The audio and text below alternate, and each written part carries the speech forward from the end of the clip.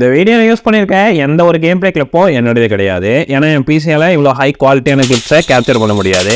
எனக்கு எடிட் பண்ணும்போது தான் நான் எங்கிருந்து கிளிப்ஸ் எடுக்க போறேன்றது தெரிய போகுது. நான் அந்த டீடைல்ஸ் எல்லாம் டிஸ்கிரிப்ஷன்ல மென்ஷன் பண்ணிடுறேன். அந்த வீடியோ கூட போகலாம். என்ன பொறுத்த வரைக்கும் இப்போ வரைக்கும் வந்து பெஸ்ட் கேம்னா அது Red Dead Redemption 2 தான். எனக்கு மட்டும் இல்ல நிறைய பேருக்கு அதுதான் பெஸ்ட் சாய்ஸா இருக்கும். ஆனா என்ன 2018ல மட்டும் அந்த game of the year win பண்ணாம போயிருச்சு. அது ஏன்றது நான் கடைசியில சொல்றேன். ஆனா இந்த கேம் என்னதான் ஒரு மாஸ்டர் பீஸாவே இருந்தாலும் எனக்கு இந்த கேம்ல 2 மைனஸஸ் இருக்கு. எல்லாமே என்னுடைய ஒப்பீனியன் தான். இதுல ஏதாவது உங்களுக்கு மாற்று கருத்து இருந்தாலும் அதை கீழே கமெண்ட் பண்ணுங்க. First all hand to hand combat ரொம்பவே வீக்கா இருக்கு. இதை பத்தி நான் என் ஃப்ரெண்ட் கூட டிஸ்கஸ் பண்ணேன். அவர் கூட ஒரு யூடியூப் சேனல் வச்சிருக்காரு. அவருடைய சேனல் லிங்க் கீழே டிஸ்கிரிப்ஷன்ல தரேன். அவர் என்ன சொல்றாருன்னா இந்த கேமுடைய கோருக்கும் ஹேண்ட் ஃபைட்டுக்கும் சம்மந்தம் இல்ல. சோ அவங்க அதுல பெருசா ஃபோக்கஸ் பண்ணாது எனக்கு ஒரு பிரச்சனையே இல்லைன்ற மாதிரி சொல்லியிருந்தாரு. ஆனா ராக்ஸ்டாரோடைய முந்தைய கேம்களை விளையாடிட்டு இந்த கேம் விளையாடும் போது எனக்கு ஹேண்ட் ஃபைட் ரொம்பவே ஒரு பெரிய டிசப்பாயிண்டா தான் இருந்தது. புள்ளி கேம் நான் லிஸ்ட்ல எடுக்கல. ஏன்னா புள்ளியுடைய மெயின் கோரே ஹேண்ட் ஃபைட் தான். ஆனா ஜிடிஎஸ் ஆண்ட்ரேஸ்ல உங்களுடைய ஃபைட்டிங் ஸ்கில்லையே தனியா அப்கிரேட் பண்ணிக்க முடியும். அப்ப வரைக்கும் வந்த கேம்ஸ்லயே ஹேண்ட் ஃபைட் சூப்பரா இருந்தது GTA 4ல தான். அது ஆர்க்கம் அசைலம் பிரேக் பண்ணி இருந்தது. பட் இருந்தாலும் GTA 4ல ரொம்பவே நல்லா இருந்தது. அண்ட் GTA 5ல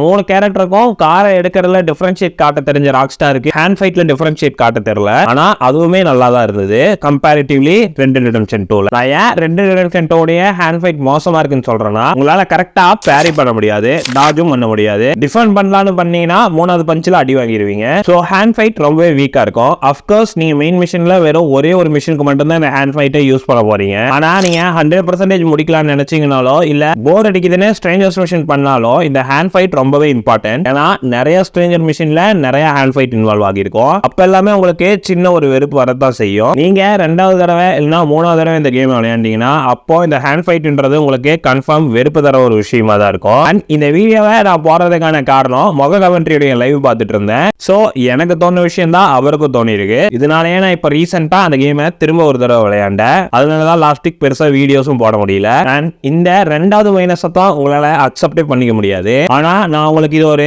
மைனஸ்னு ப்ரூவ் பண்ணிட்டேன்னா நான் ஒரு நல்ல கிரியேட்டர். இந்த கேமுடைய ஸ்டோரி ரொம்பவே ஒரு ஆவரேஜான ஸ்டோரி. இல்ல கோவப்படாதீங்க, GTA 5 விட நல்ல கதை தான்.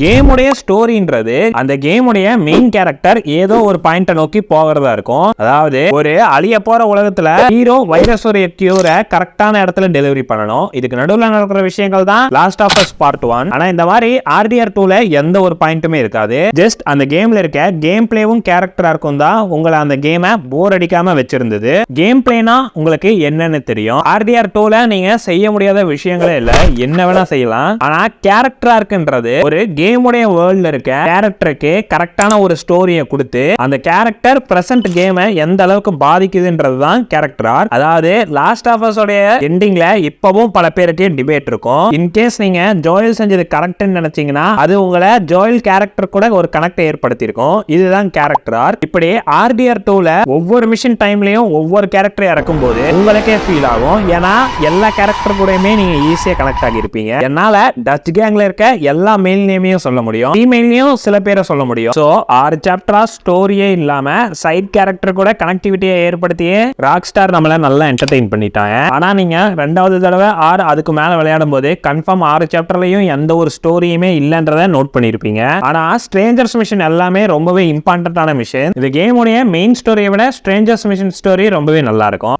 சாப்டர் 2ல ஒருத்தர் சாவறதுக்கு ஆர்த்தர் ஒரு காரணமா இருந்துருவாரு. அதனால ஆர்த்தர் கான்சிக்வன்சஸையும் ஃபேஸ் பண்ணிருப்பாரு. அண்ட் அதையும் தாண்டி அவன் இறந்ததால அவன் குடும்பமே நடுத்தெருவுக்கு வந்துடும். லிட்டரலா அந்த துப்பாக்கி படத்தோடைய மொட்டமாடி சீன் மாதிரி தான் இருந்திருக்கும். இந்த கில்ட் எல்லாம் ஆர்த்தரை ரொம்பவே உறுத்தினதால அந்த ஃபேமிலி மெம்பர்ஸ் ஊரை விட்டு வெளியே போய் நிம்மதியா வாழணுன்றதுக்காக ஆர்த்தர் நிறைய விஷயங்களை செஞ்சிருப்பாரு. இப்படி ஒரு மிஷன் நான் மெயின் சாப்டர்ல செஞ்சதே இல்லைன்னு நினைச்சீங்கன்னா இது வெறும் சைட் மிஷன் தான். நானே இப்ப விளையாடும் போது இதை கண்டுபிடிச்சேன். இந்த அளவான ஸ்டோரி கூட மெயின் கேம்ல இருக்கவே இருக்காது. 4 இடங்களுக்கு போவீங்க, ராபரி செய்வீங்க, டிஃபரெண்ட் டைப்பா வெவ்வேறு மிஷன்ஸ் செய்வீங்க. பட் ஸ்டோரி எந்த இடத்துலயுமே மூவ் ஆனே ஆகாது. இத்தனைக்கும் நடுவுல சாப்டர் 5 ஒரு ஃபில்லர் சாப்டர் தான். சோ இந்த ஸ்டோரி மொக்கையா இருக்கிறதால இந்த கேம் விளையாட வேண்டாமா நினைச்சீங்கன்னா அதெல்லாம் இல்லவே இல்ல. இதெல்லாம் ஜஸ்ட் பிரியாணில இருக்க பட்ட கிராம மாதிரி தான். அசால்ட்டா உதறி தள்ளிட்டு நீங்க ஃபுல் கேமையுமே என்ஜாய் பண்ணலாம்.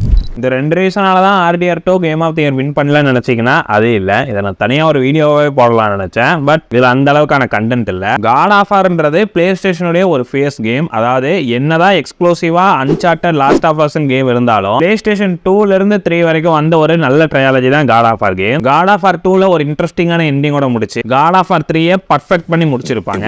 E3ல God of War 2018 உடைய லான்ச் ட்ரெய்லரை காட்டும் போது ஃபேன்ஸ் ரொம்பவே எக்ஸைட் ஆனாங்க. அதுக்கு ரீசன் என்னன்னா, இதுக்கு முன்னாடி வந்த எல்லா God of War கேம்ஸுமே டாப் டவுன் வியூல இருந்தது. அண்ட் அதையும் தாண்டி கிரேட்டோஸ் உடைய லுக் வேற மாதிரி இருந்தது. ஆனா இந்த 2018 ட்ரெய்லர் அப்போ இந்த கேம் உடைய முழு ஸ்ட்ரக்சருமே மாறிடுச்சு. அண்ட் நாஸ் மித்தாலஜின்றதால தோர் ராக்னராக் மூவியுமே இந்த கேமுக்கு இன்னுமே ஹைப் ஏத்துச்சு. இவ்வளவு ஹைப் அனௌன்ஸ்மெண்ட் ட்ரெய்லர் அப்பவே இருந்தது. அண்ட் கேம் லான்ச் ஆகி ஃபேன்ஸை சாட்டிஸ்ஃபை பண்ணிருச்சு. இதே ரெட் டெட் சைட் பார்த்தா ரெட் டெட்க்கு அந்த அளவுக்கான பெரிய ஒரு ஃபேன் ஃபாலோவிங்கே இல்ல. என்னதான் 2010ல கேம் ஆஃப் தி இயரை வின் பண்ணியிருந்தாலும் இந்த கேம் கூட ஃபேன்ஸால அவ்வளவு நாஸ்டாலஜிக்கா கனெக்ட் ஆக முடியல. இது எல்லாத்தையுமே தாண்டி ரெட் டெட்க்கு மிகப்பெரிய எதிரியா இருந்ததே ராக்ஸ்டார் தான். ஏன்னா அவங்க அந்த டைம்ல PlayStation and Xbox எக்ஸ்க்ளூசிவா விட்டுருந்தாங்க. ஆனா God of War PlayStationல மட்டும் தான் இருந்தது. பட் அங்க மட்டும் இருந்தே அவ்வளவு பெரிய ஃபேன் ஃபாலோவிங் எடுத்தது. இன்கேஸ் ரெட் டெட் அதே வருஷத்துல பிசிக்கு ரிலீஸ் ஆகியிருந்தா அப்போ மிகப்பெரிய ஃபேன் ஃபாலோவிங் கிடைச்சிருக்கும். அண்ட் அது மட்டும் இல்லாம ஓட்டும் அதிகமா வாங்கியிருக்கும். ஆனா இப்போ கேம் ஆஃப் தி இயர் நினைச்சாலும் யாரும் கவலைப்பட வேணாம். ஏன்னா எல்லாருக்குமே தெரியும் God of War 2018 விட ரெட் டெட் எல்லாத்துலயுமே பெஸ்ட் தான் ஸ்டோரியை தவிர. சோ